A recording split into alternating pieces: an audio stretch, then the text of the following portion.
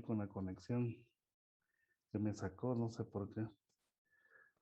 No hay Bueno, problema, doctor. bueno, comencemos. Eh, Vamos a ver hoy trauma abdominal, va a estar dentro de lo que es la clasificación del abdomen agudo. El abdomen agudo de origen traumático, pues es la causa más frecuente en las unidades de emergencia, más en un hospital, en donde, digamos, se recibe de todo tipo de trauma. La parte epidemiológica o la justicia, dependiendo de los hospitales, digamos, que estén. Los hospitales urbanos, digamos, un ti- tienen, ¿cómo se llama? Diferentes etiologías del trauma, arma blanca, arma de fuego, por contusión, como traumas por accidentes de tránsito, ya, caídas de edificios en construcción. Todo eso son, digamos, la epidemiología de los traumas. Eh,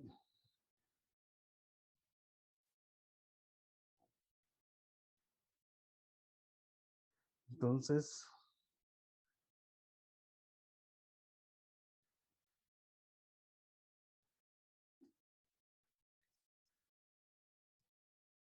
vamos a ver, digamos, en lo que es trauma abdominal, existe un tipo de topografía, digamos, para la pared del abdomen, todo, más que la pared del abdomen, toda la circunferencia, digamos, del tronco, que es muy diferente a la topografía que les han enseñado en base a la semiología del abdomen, o sea, aquello de flancos, unos espacios en el anterior, digamos, un espacio posterior. Aquí vamos a hacer, hay otra forma de dividir el abdomen, pero más que todo para uso del trauma. Entonces nosotros tenemos un abdomen anterior, flancos y espalda. Esto más que todo se basa en la forma en que vamos a abordar una lesión, digamos, a ese nivel, como no todas las lesiones, digamos, se manejan de la misma manera, dependiendo de la etiología y dependiendo de la zona en donde se haya producido la lesión, es el manejo, digamos, diagnóstico que se le va a dar. Entonces, esta es la topografía. Nosotros, digamos, por delante podemos tener aquí una línea axilar anterior y hasta la otra línea axilar anterior, digamos, ese es el abdomen anterior, ¿ya? Toda esa parte, digamos, si ustedes se acuerdan, toda esta es una gran, de aquí inicia, digamos, aquí casi están terminando los músculos rectos del abdomen y comienzan, digamos, una tríada ahí de muscular, como el transverso y los dos oblicuos, ¿va? Entonces, esas capas musculares nos ayudan, digamos, o hacen la diferencia de por qué una herida aquí se maneja en la emergencia a una herida en esta parte, ¿ya? Aquí vamos a tener, supongamos, la línea blanca o la línea alba y el recto abdominal. Y aquí vamos a tener tres capas musculares. Entonces, el acceso a la cavidad abdominal es mucho más fácil a través del abdomen anterior. Aparte que en esto, digamos, desde la línea axilar anterior hasta la línea axilar posterior, tenemos también lo que es el flanco. Y esto abarca todo lo que son las últimas cuatro costillas, ¿ya? Y cómo se llama, y lo que es la cresta, la parte superior de la cresta ilíaca. O sea, acá. ¿Ya? De la línea axilar posterior a la otra línea axilar posterior y siguiendo el contorno de lo que es la cresta ilíaca y el sacro, atravesando también por el cuarto hasta quinto espacio intercostal posterior al sexto, porque ahí es donde más que todo se está, eh, donde se está fijando el diafragma. Entonces, esta parte, toda esta parte es lo que se le considera como un abdomen, parte del abdomen intratorácico. De aquí vamos a tener, digamos, del lado derecho el hígado, del lado izquierdo el vaso.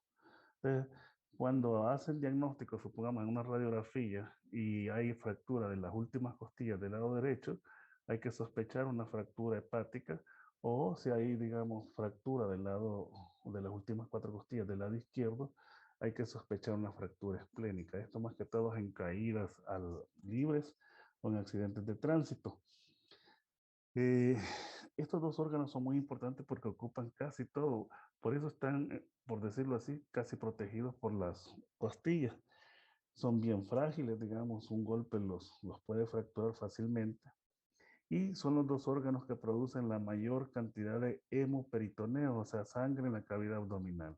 Normalmente, supongamos, el 20% de los hemoperitoneos son procedentes del hígado, cuando hay fracturas costales últimas, o el 40% del vaso cuando hay fracturas costales últimas.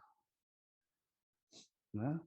Entonces aquí estamos hablando de todo lo que ocupa, digamos, el órgano más grande, digamos, una glándula, que es el hígado, 1500 gramos de peso, y el vaso. Entonces esos son los dos órganos que van a estar, por decir así, en cierta forma, cuidados por las últimas costillas.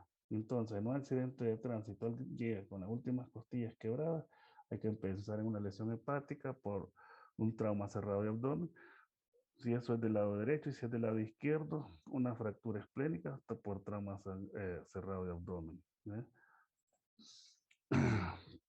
En el interior del abdomen, ya cuando hemos entrado, existen, digamos, aquí solo les voy a mencionar 3 cavidades o 3 espacios, pero existen una infinidad, no tanto una infinidad, siempre cada espacio de estos, digamos, tiene otros subespacios que también se llaman espacios, digamos, y son, digamos, importantes en el momento que uno está haciendo la revisión en una laparotomía. Pero las grandes cavidades son la cavidad peritoneal propiamente dicha, digamos, que sería a partir de por acá, donde está llegando el colon transverso, ya, para hacia abajo, hasta la pelvis, cerca, digamos, de la espina ilíaca anterior superiores, donde inicia la pelvis, y la cavidad pélvica, en donde vamos a tener, digamos, el recto, la vejiga, el útero, las venas ilíacas. Esos son los órganos que pretendemos encontrar aquí. En la cavidad peritoneal tenemos digamos, más que todo, el intestino grueso, ciego, colon ascendente, transverso, colon descendente, parte del sigmoide, ¿ya? Y el intestino delgado, el órgano más lesionado, digamos, por proyectiles de arma de fuego o por arma blanca es el intestino delgado. Y el órgano, digamos, más lesionado por trauma contuso es el hígado. Aquí, digamos, lo que yo les había dicho ya, la cavidad peritoneal que se divide en abdomen superior, que es la región ubicada por debajo del diafragma, y la región costal, que se ubica el hígado, el estómago, el vaso, el diafragma y el colon transverso. Del colon transverso para arriba estamos hablando de un abdomen superior. Y el abdomen inferior, digamos, siempre ubicándonos en el colon transverso hacia abajo, el intestino delgado, ¿ya? Y digamos, el colon ascendente, el colon descendente y sigmoide, ¿va? El espacio retroperitoneal, esto lo vamos a ver más adelante. Primero veamos la pelvis. La pelvis, más que todo, de una línea que cruza por la espina ilíaca anteros superiores, hacia abajo está la pelvis. Lo que vamos a encontrar ahí, ya les había dicho, recto, vejiga, próstata, órganos genitales femeninos y los vasos ilíacos. El espacio retroperitoneal es un espacio, digamos, que se encuentra por detrás de la cavidad peritoneal. Tenemos el peritoneo visceral y el peritoneo parietal. En la parte posterior, pegada exactamente, o sea, unido a lo que es ¿cómo se llama? La columna vertebral, van los grandes vasos, vena cava inferior, aorta, se encuentran los riñones, el páncreas, todo esto se encuentra, digamos, en el espacio retroperitoneal. Los mecanismos de lesión pueden ser traumas cerrados y trauma penetrante. Son las dos formas, digamos, por accidente de tránsito normalmente son cerrados, los vapuleados, todo eso son como se llama traumas cerrados. Y los traumas penetrantes son aquellos, para definir un trauma penetrante, vamos a decir que es todo aquel, ¿cómo se llama? Toda aquella lesión en el abdomen que ha habido pérdida de la continuidad del peritoneo parietal. O sea, si en una herida no hay pérdida del peritoneo parietal, esa herida no es penetrante. Supongamos que solo lesionó piel, celular subcutáneo y músculos, pero el peritoneo parietal está intacto. Esa herida no es penetrante. Entonces, para definir la penetrante tiene que haber transgresión o pérdida de la continuidad del peritoneo parietal. Esto, digamos, es el concepto, se produce como consecuencia de combinación de fuerzas de compresión, deformación, estiramientos. Esto más que todo por las caídas libres. Cuando alguien viene en caída libre de más de 6 metros, se supone que el cuerpo cae primero y después, seguido, caen las vísceras. O sea, hay un tiempo de desfase y la fuerza de gravedad hace que el cuerpo caiga primero y posteriormente caigan las vísceras. O sea, y eso causa arrancamiento desde las inserciones de todas las vísceras. Eso puede, digamos, en traumas cerrados por caída libre. O cuando tenemos un accidente de tránsito por lesión directa por el volante y todo eso. Eso, digamos, lo que les explicaba es lo que dicen aceleración y desaceleración, digamos, cuando pierde la velocidad el cuerpo, las vísceras todavía siguen cayendo. En cambio, el trauma penetrante puede ser por arma blanca o por arma de fuego, y esto lo que hace es una laceración al tejido o corte, pero no es simplemente, digamos, a la piel, al celular subcutáneo o al músculo. Hasta ahí no ha sido penetrante. Se refiere a trauma cuando ya ha habido transgresión, digamos, del peritoneo parietal. ¿Ya? Si una herida por arma blanca, un cuchillo, un picayelo, hay pérdida de la continuidad del peritoneo parietal, a eso se le considera, digamos, herida abdominal penetrante. A todo paciente, digamos, con trauma abdominal cerrado, con trauma abdominal abierto, siempre vamos a hacer, digamos, primero la evaluación eh, primaria, o sea, le vamos a aplicar el ABCD. El ABCD significa que nosotros tenemos que ver cómo van las vías aéreas, ¿ya? Si están permeables o no, si el paciente va respirando eh, en la B, digamos, en la A es vías aéreas libres, en la B es cómo está respirando el paciente, si hay buenos movimientos torácicos, si no hay, digamos, una respiración cortada o hay movimientos paradójicos en la pared del tórax, entonces vamos a ver eh, cuál es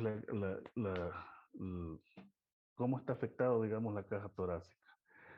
Hay que ocultarlo porque a veces se ocultan y se ocultan, digamos, peristaltismo dentro del tórax. Eso quiere decir que probable ruptura del diafragma y que las vísceras, el intestino delgado y el colon han pasado a la cavidad torácica.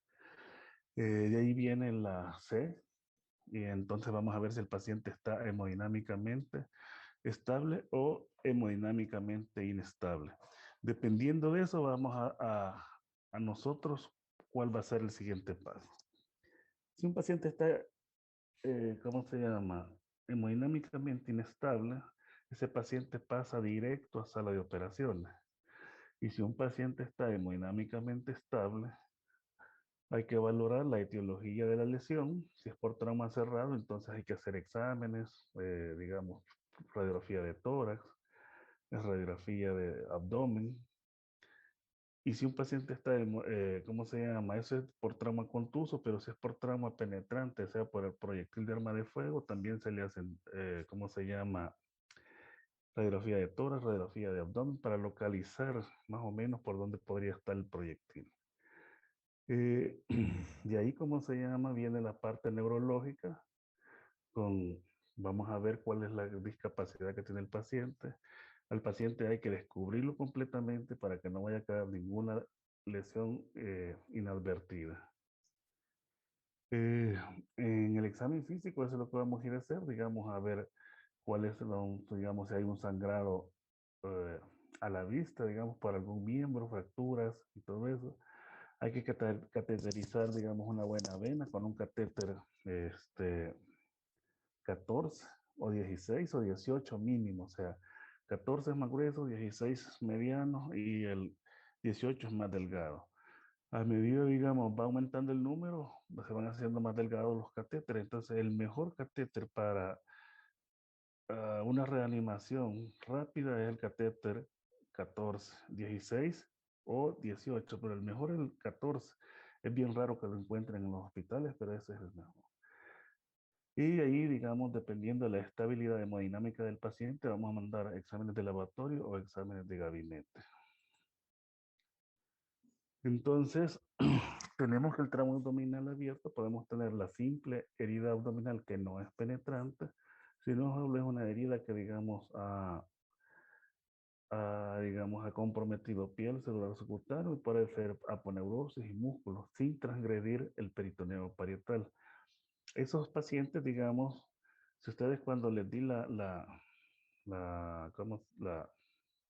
cuando vimos la topografía externa del abdomen en trauma, había un abdomen anterior y les dije yo que la diferencia le hacía los tipos de músculos que se encontraban. Entonces, si una herida, digamos, para definir si es penetrante o no es penetrante, lo que hacemos es explorarla. O sea, una herida en la región anterior del abdomen como herida única por arma blanca, esa herida se explora. Y ahí se define si es o no es penetrante. Si la herida es penetrante, se le hace lavado peritoneal y ya sigue otro protocolo. Este, si la herida es no penetrante, ese paciente hasta se puede ir de alta. Pero una herida en la región abdominal anterior por arma blanca, lo que se hace es explorarla antes de hacerle lavado peritoneal. Cuando la herida es única, esa es pregunta de examen.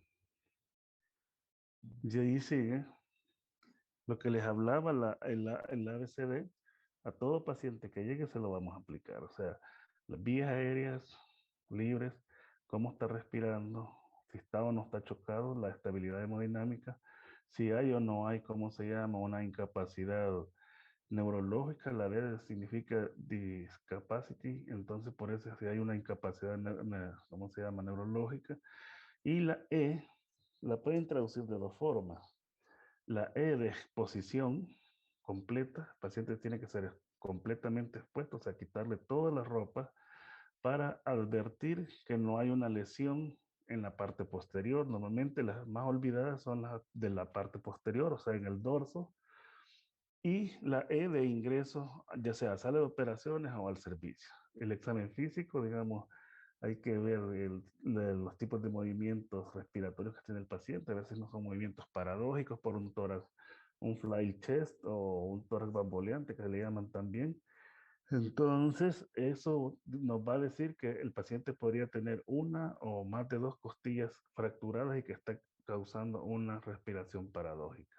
Hay que auscultarlo para ver si no hay hernias traumáticas, más que todo en el lado izquierdo. Entonces, ya con todo eso, van a haber pacientes que los vamos a decir que van a pasar directamente a sala de operaciones. Y eso vamos a tener, digamos, los pacientes que tienen un shock por hemorragia intraabdominal. O sea que este paciente está hemodinámicamente inestable. El paciente le llega con 60-40, 40-20 y va para abajo. Ese paciente pasa a sala de operaciones directa. Un paciente que tuvo una herida hace varias horas y que llega ya con irritación peritoneal o con signo de rebote, porque tuvo un trauma contuso y hoy llega con signo de rebote porque puede haber ¿cómo se llama? Perforación de una víscera, sangrado del tubo digestivo superior, colocar la sonda.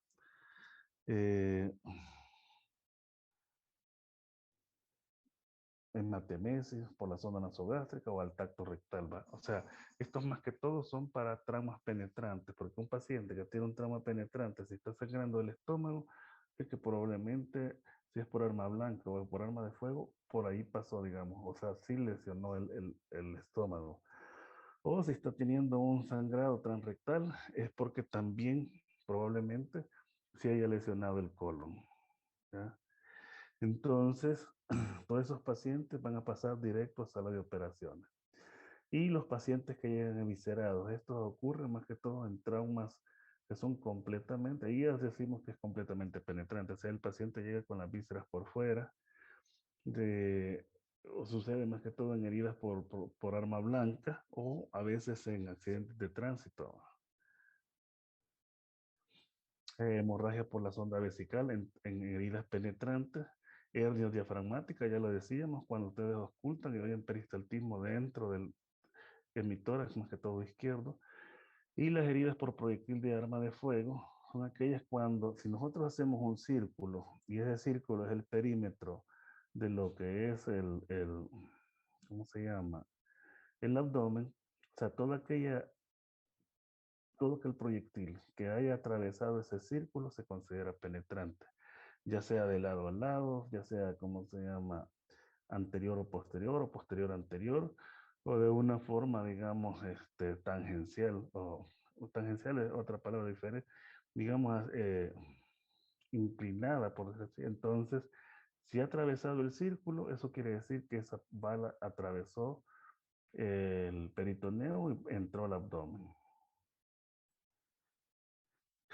Eh, Esto se lo saqué, digamos, del manual de la TLS, este, que es el que se ocupa mucho para todos los pacientes en trauma. Ahorita ya están en el hospital, andan ahí el último. La clase casi está sacada de ese, porque de ese último eh, ATLS, este, las indicaciones basadas más que todo en la evaluación abdominal por trauma cerrado de abdomen con lavado peritoneal o FAST positivo o ultra positivo.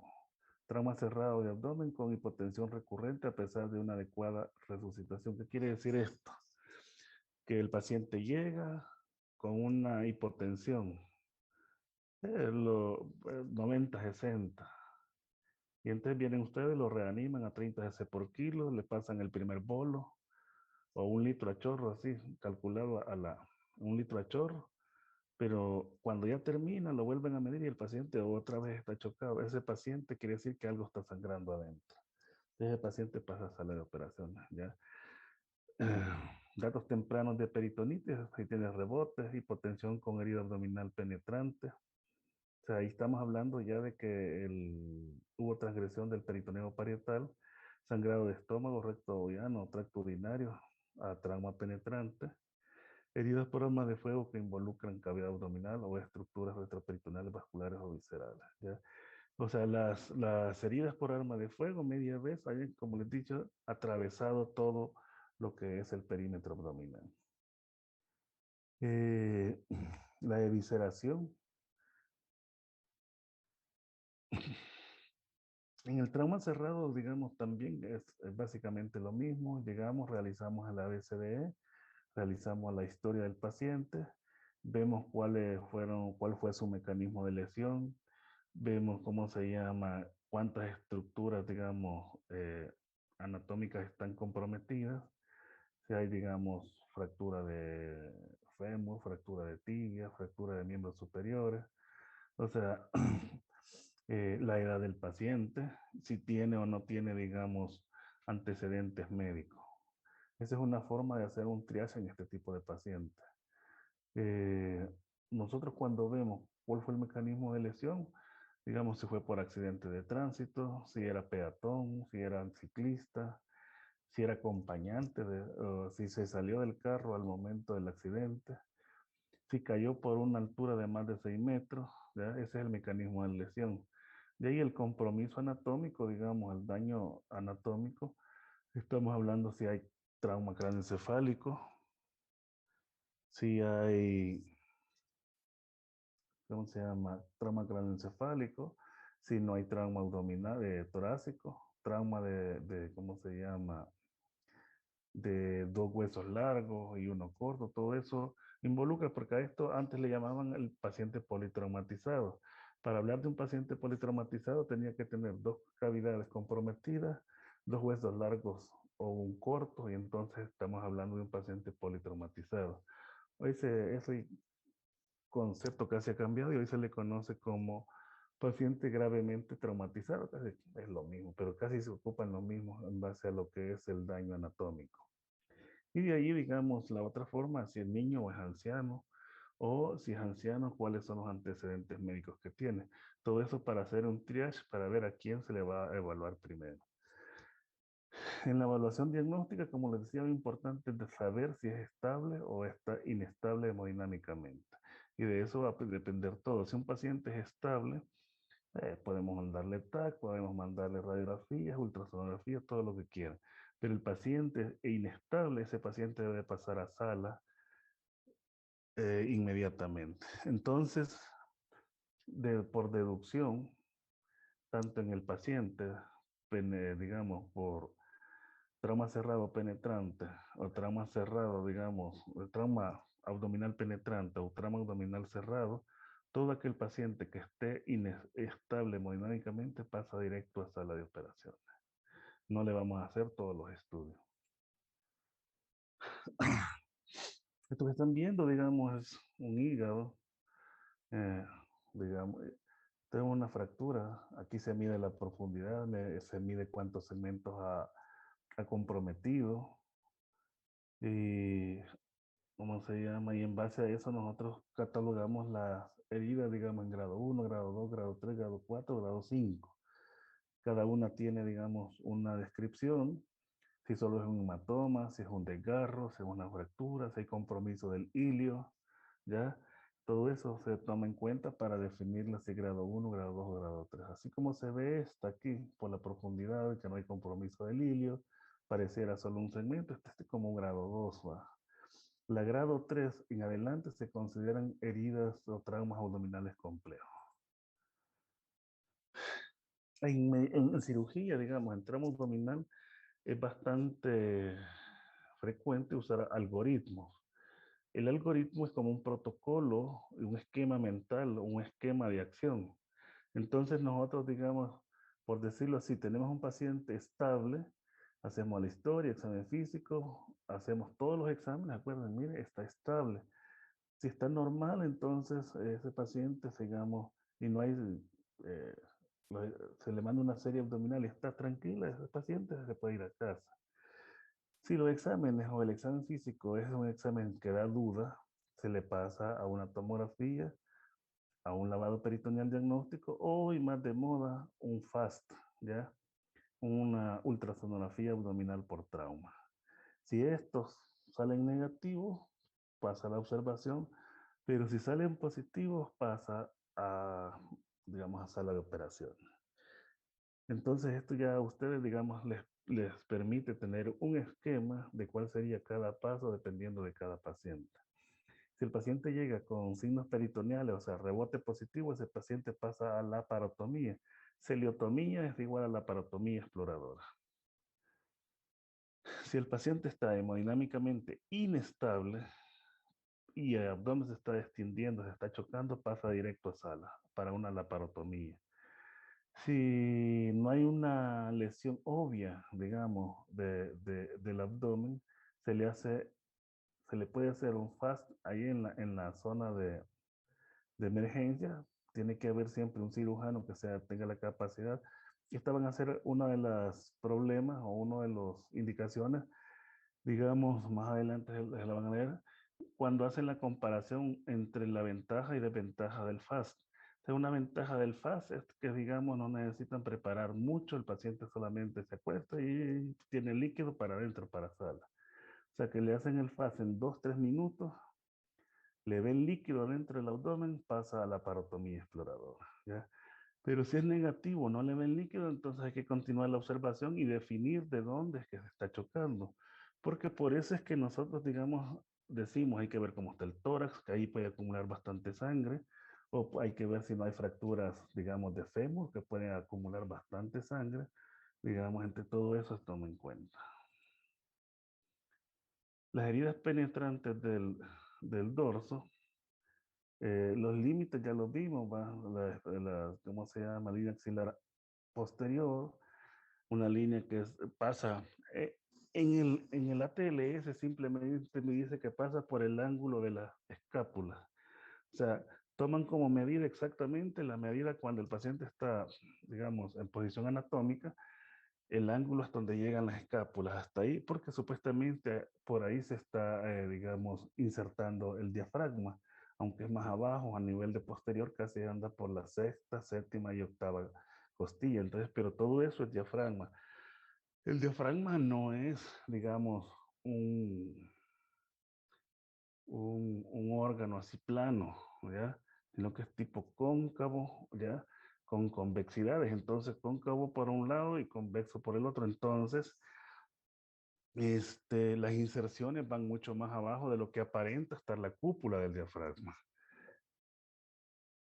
Entonces, todos estos pacientes lo que se hace esto, el pielograma era antes, o sea, nosotros, digamos, en la época de los 90 no teníamos TAC, le hacíamos pielograma, lavado peritoneal, y con eso deducíamos y le hacíamos los hemogramas y con eso íbamos deduciendo si había una lesión del retroperitoneo, porque estamos hablando de heridas penetrantes del dorso y el que se encuentra después del dorso es el retroperitoneo. Entonces, para evaluar mejor el retroperitoneo es el TAC. El TAC abdominal, Pietzman, ¿cómo se llama? Lo describe, más adelante vamos a ver. Este, es el mejor para evaluar una herida por, digamos, en el dorso y descartar una lesión en lo que es el espacio del retroperitoneo. Existen varias técnicas diagnósticas. Entre ellas tenemos la paracentesis, lavado peritoneal diagnóstico, la tomografía axial computarizada, el FAST o la ultrasonografía abdominal y la laparoscopía diagnóstica. Esto ya es bien raro que se use, pero muy, muy raro. Solamente queda para la historia. Es una paracentesis con una aguja 18. El abdomen se divide en 4 cuadrantes y comienzan a puncionarlo. En cada cuadrante 2 punciones y se sale sangre, 1.1 mililitro que no coagule. Eso es positivo. O sea, probablemente hayan caído en un vaso o no. Por eso es que daba muchos falsos negativos o muchos falsos positivos, porque era a ciegas. A ciegas. De allí viene el lavado peritoneal diagnóstico. No sé si hay una pregunta hasta el momento.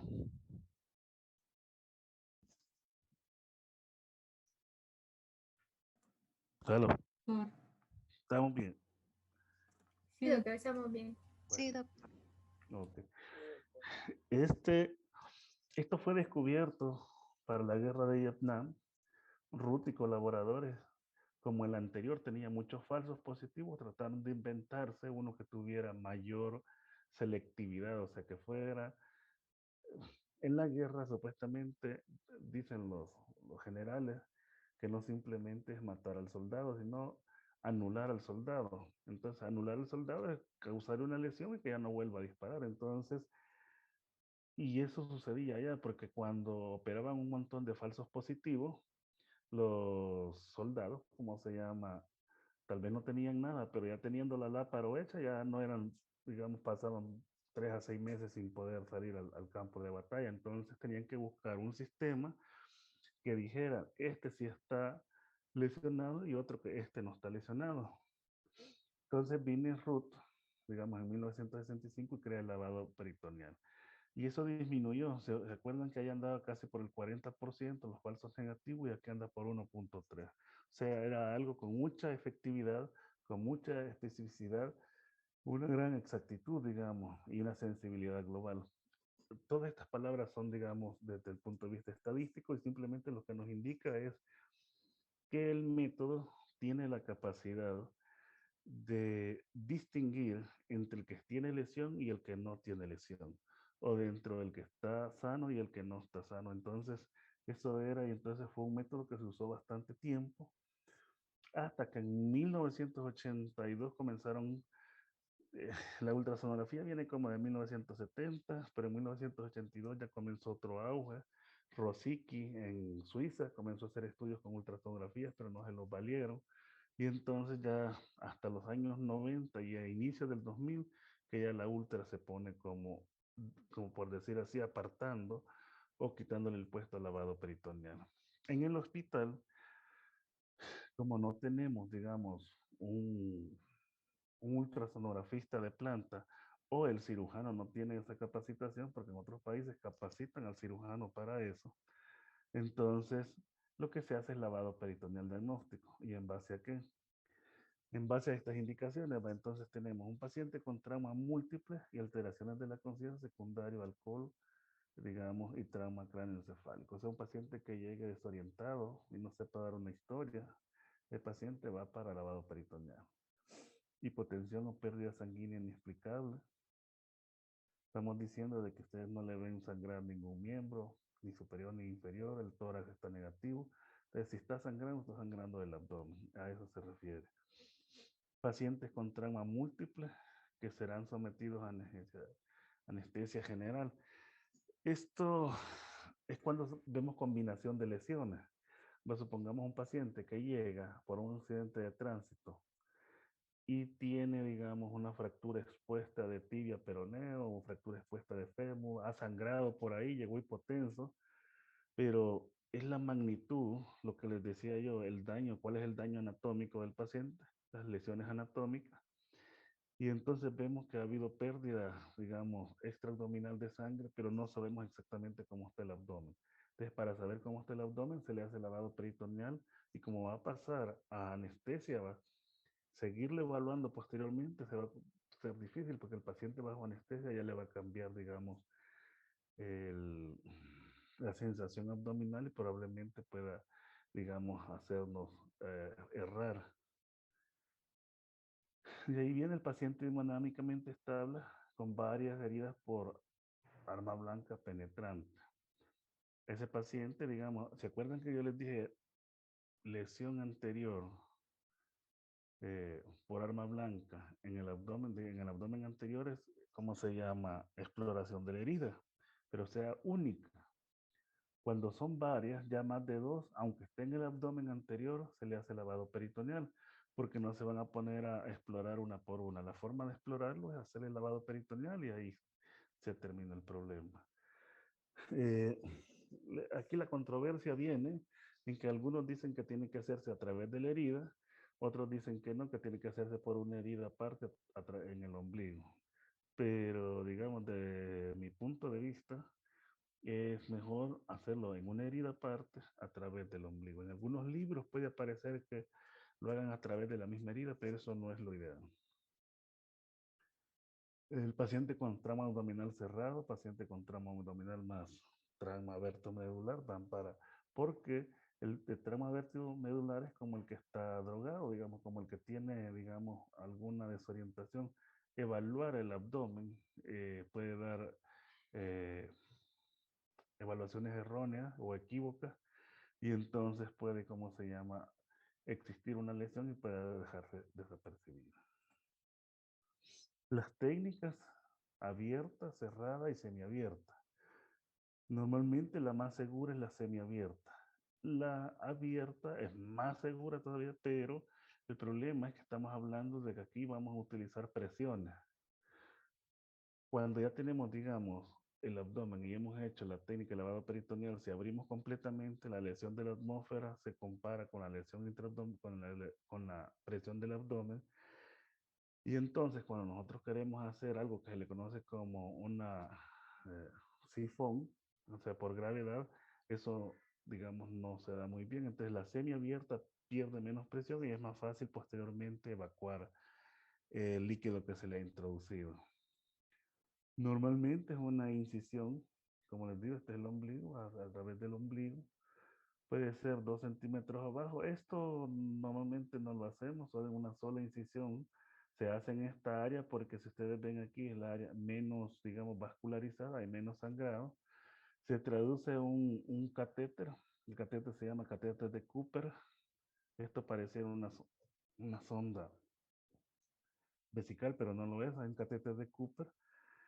Y se introduce y se dirige hacia la fosa ilíaca izquierda. Siempre lo han dirigido hacia la fosa ilíaca izquierda, supuestamente para evitarse, digamos, el ciego, que no va no perforar el ciego.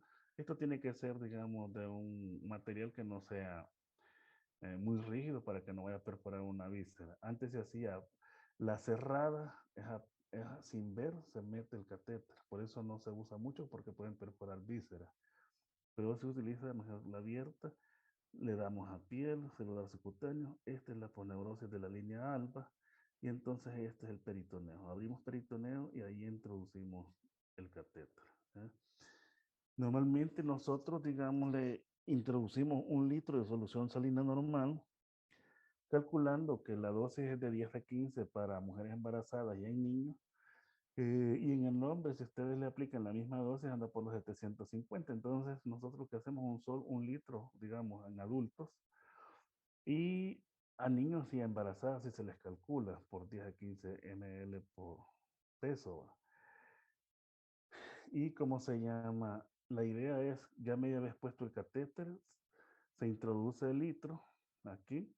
Y entonces nosotros, ¿cómo se llama posteriormente? Por sistema de sifón, o sea, bajando y por gravedad, tiene que salir el líquido. Ese líquido, digamos, tiene que salir las 3/4 partes, que corresponde al 75%, y entonces de ahí mandamos una muestra al laboratorio y nos van a dar 2 pruebas, una la macroscópica que la vemos nosotros al nomás sacar el líquido, y ¿cómo se llama? La microscópica y química que nos va a dar, digamos, el laboratorio. Aquí tenemos ya. Ujú. Esta es una comparación con lo que les decía con el método de Drapana. Ruth, estos fueron el cirujano, los 28 casos que estudió, se introduce el litro. Aquí podemos ver, digamos, antes de hacer lavado peritoneal tenemos que ponerle sonda vesical para vaciar la vejiga, para no causar una perforación, sonda nasogástrica también. Y lo más importante, tal vez usando esta diapositiva, esto que se ve aquí así, el peritoneo parietal. Todo lo que va detrás es el retroperitoneo.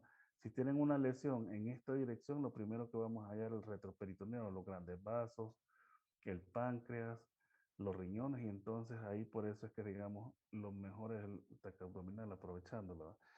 Y digamos, media vez se ha vaciado la vejiga, nosotros ya fuimos a la colocación del catéter. ¿Ya? Colocamos el catéter, dejamos ahí. Dicen, yo nunca lo hice porque un paciente traumatizado y estarlo moviendo para un lado, de ahí, del lado izquierdo, del lado derecho, que eso se tiene que hacer para que el líquido, digamos, se revuelva y sacar una muestra muy positiva. Normalmente no se hace porque el paciente está traumatizado y estarle haciendo eso, bueno, es bien difícil. Entonces, cuando ustedes ya, esta es la cavidad abdominal propiamente dicha y aquí va el retroperitoneo. ¿Va? Entonces, una lesión del retroperitoneo no comunica con esto. Por eso es que el lavado peritoneal diagnóstico no es para evaluar retroperitoneo, ¿verdad? Porque esta cavidad no comunica con esto, con el retroperitoneo. Y por eso es mejor el TAC. Otra es que el ultrasonido, por la gran cantidad de asas, es bien difícil evaluar también el retroperitoneo. Entonces el TAC, por eso es la razón de mejor usarlo en el retroperitoneo cuando se sospecha una lesión. Entonces introducimos el catéter de lavado, el Cooper, ¿va? Y entonces, posteriormente lo evacuamos y mandamos las pruebas. Entonces, para considerarlo positivo, que al aspirar, cuando se colocó el catéter, se aspiran 10 cc de sangre que no coagula, eso es positivo. Si aspira líquido intestinal, bilis, orina, heces o parásitos, es positivo. O si el agua, la solución que le están introduciendo, sale a través de la sonda transuretral o por los tubos de tórax. Eso no tiene que haber comunicación. Si nosotros vamos atrás, o sea, quiere decir que si sale por la sonda vesical, que hay una comunicación entre esto y esto, ¿ya? Entonces, eso no tiene que existir. Microscópico, esto ya va al laboratorio. Primero medimos los glóbulos rojos. Para avanzar un poco, esta tiene una explicación, digamos, porque en varios libros van a encontrar unos valores, pero el valor, digamos, más universal y utilizado por el ATLS es que si nosotros mandamos una muestra, toda aquella muestra que tenga arriba de 100.000 glóbulos rojos por milímetro cúbico es positivo. Glóbulos blancos no varía, es 500 por milímetro cúbico. Eso en otros libros aparece igual. Esto de los glóbulos rojos, sí, en otros libros aparece 50 para trauma penetrante y 100 para trauma contuso. Pero el ATLS lo pone en una sola, digamos, a 100. En el hospital se usa 50 para los dos. tanto trauma cerrado como trauma penetrante. Pero eso no quiere decir que sea lo correcto, porque lo correcto, lo que han escrito en base a pruebas, digamos, y evidencia, otro, ¿va? Y eso ha sido que glóbulos rojos 100.000 por milímetro cúbico. Y para cuestiones de exámenes también es esto. Encima, digamos que mandamos ahí una amilasa mayor a 20 unidades por litro o 175 unidades por decilitro. Lo que cambia es la dilución, para que vean.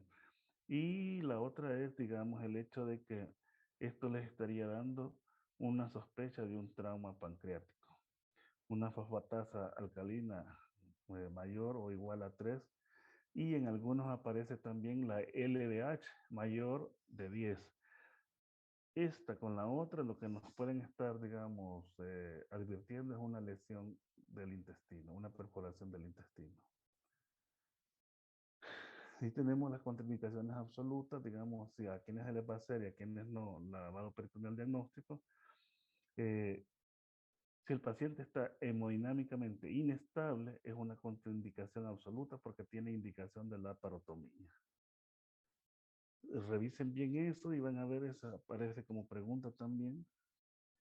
Y las relativas, más que todo, la cicatriz en la línea media, útero grávido y la obesidad, porque estos dos más que todo, porque técnicamente cuesta, y esto porque pueden haber, digamos, intestinos adheridos a la pared abdominal y al momento de introducir el catéter puede uno romper el intestino. En 1981, digamos, Pietzman trae el estudio y crea, digamos, las indicaciones para lesiones para indicaciones del TAC. Y más que todo lo dejan para lesiones retroperitoneales y traumas contusos. ¿Ya? Aquí es A, no es U. Entonces, ¿cuáles son las indicaciones? Importante, como les decía, la estabilidad hemodinámica. Lesión craneal cerrada más trauma abdominal, lesión de médula espinal, hematuria en el paciente estable. Y cuando hablamos de hemodinámicamente el examen abdominal equívoco, es aquel el paciente que tiene, digamos, desorientación por drogas, por alcohol o por un trauma craneoencefálico. Fracturas pélvicas y hemorragias significativas, pacientes estables que se han presentado con retraso de 12 horas sin signos de peritonitis. O sea que si un paciente me llega a mí con una herida aparentemente penetrante y no tiene peritonitis, entonces le mando TAC. ¿Ya? Pero si hay con rebote va para sala de operaciones sin TAC. Lavado peritoneal dudoso.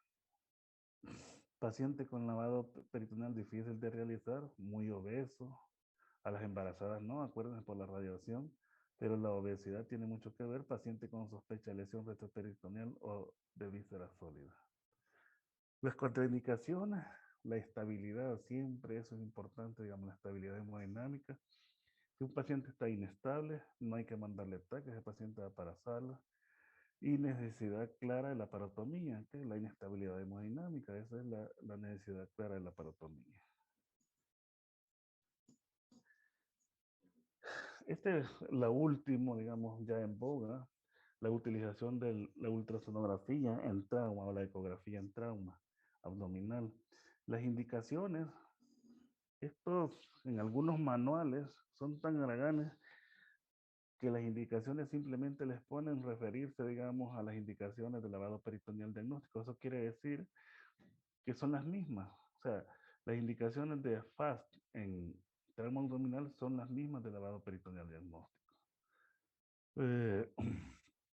¿Qué factores van a comprometer su utilidad? Digamos, va a ser difícil o pueden dar errónea a una ultra, la obesidad, el enfisema subcutáneo y las cicatrices previas, las operaciones abdominales previas. De aquí para allá lo que comienza son, digamos, una comparación entre varios exámenes que ustedes pueden mandar a un paciente con trauma abdominal. Si a un paciente con trauma abdominal cerrado le mandan una radiografía simple de abdomen, lo que tienen que buscar es gas libre bajo el diafragma, más que todo bajo el diafragma derecho. Eso quiere decir una perforación de una víscera y hay gas libre en el peritoneo. Evidencia de fracturas, si hay fracturas de las últimas costillas, cuerpos vertebrales, ¿ya? Y para que se vea, digamos, un líquido se requieren por lo menos 800 mililitros de sangre para ser evidenciada en una radiografía convencional. Esto se tiene que hacer de pie, digamos, para que se vaya. Y cuando se va hacia la fosa pélvica, ahí hay varios signos, en donde podemos tener eh, varios signos radiológicos, como en el orejas de perro. Todo eso son, digamos, signos radiológicos que se indican que hay líquido abundante de la, en la zona pélvica. El ultrasonido, pues, como decía, se comenzó a usar en los 80. Tal vez la casuística más grande presentada fue por una, digamos, ultrasonografista suiza, Rosicky, aparece en los manuales de trauma.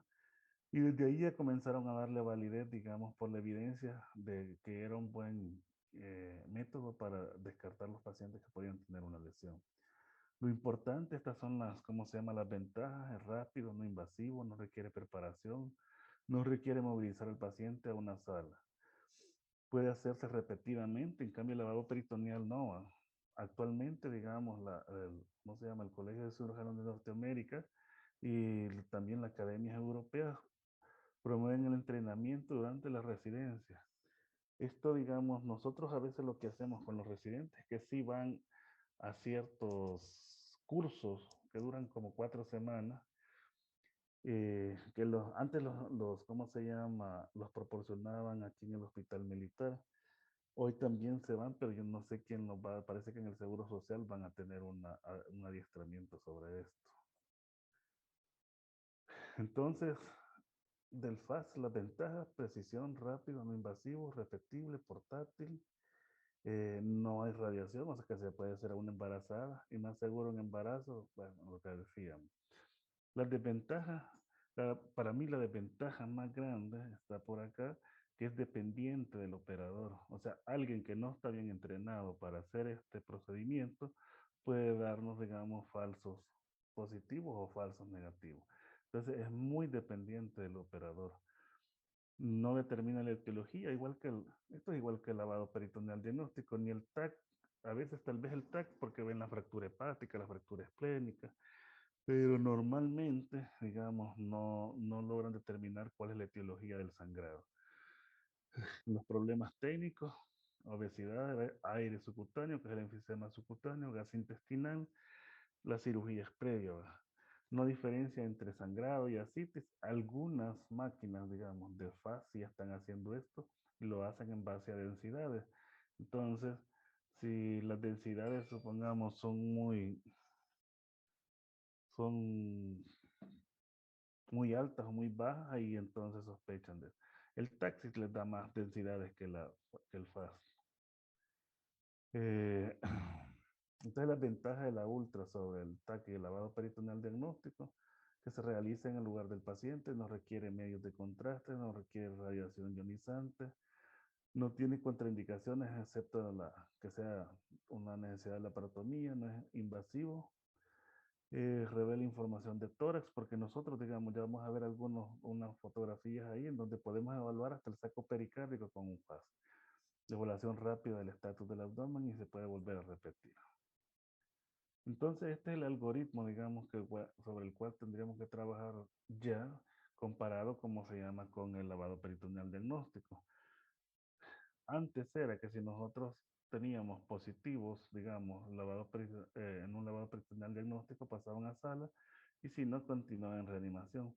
Hoy es lo mismo, nosotros lo vemos positivo, pasa a sala de operaciones, y si no, va, digamos, a ingreso. Si hay mucha duda, porque les digo, como depende mucho del operador, se hace, digamos, o lo repite a alguien con mayor experiencia, o se hace mejor un lavado peritoneal diagnóstico. Aunque la ventaja las muestra mucho el FAST, todavía no se descarta en un 100% el uso del lavado peritoneal diagnóstico. Y en los mejores libros, como es el ATLS, que es el que guía, digamos, según la Academia de Cirujanos de Norteamérica, el manejo de este tipo de pacientes traumatizados, sigue siendo el lavado peritoneal diagnóstico. Entonces nosotros podemos evaluar región esplénica, región hepática, ¿ya? Buscar acúmulos de sangre ahí. saco pericárdico, ¿verdad? Desde la parte subsifoidea, cómo está la vejiga. ¿Mm? Y en todos esos podemos encontrar cúmulos de sangre o no, y entonces eso nos puede convertir en positivo un paciente. Hoy lo último, digamos, la laparoscopía diagnóstica, esto viene ya desde la época de los 94, digamos, no, se viene haciendo popular, no es de uso así rutinario porque tiene sus indicaciones muy, pero muy específicas, y más que todo son a pacientes con herida tangencial. Cuando les decía yo que si el perímetro del abdomen lo convertimos en un círculo, entonces aquello que se va por fuera de ese círculo, pero que sí transgrede la piel, es lo que la gente comúnmente le llama una herida entre cuero y carne, le dicen, o sea, pero no penetró al perímetro abdominal, entonces esa es una herida tangencial. Pero ¿cómo vamos a descartar si atravesó o no atravesó?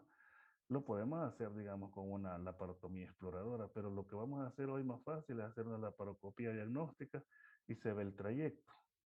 Esa es una forma y quizás la mejor, pero también hay que acordarse que los proyectiles por arma de fuego tienen una energía alrededor de ellos que se le conoce como onda expansiva. Y esa onda expansiva no necesita penetrar al perímetro abdominal para causar daño, entonces también lo podemos evaluar por ahí. Un paciente, digamos, tiene que estar hemodinámicamente estable.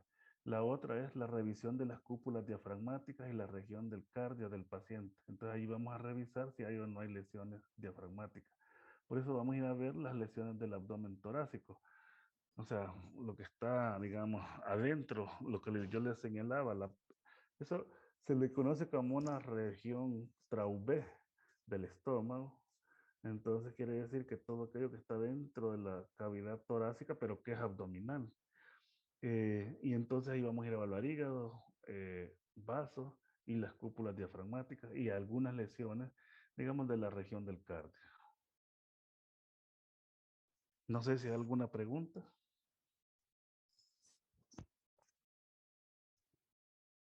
¿Aló? No, doctor. No, doctor. No, doctor. Bueno, este, para mañana creen que podemos ver la otra. No sé cómo están. A esta hora puede ser también.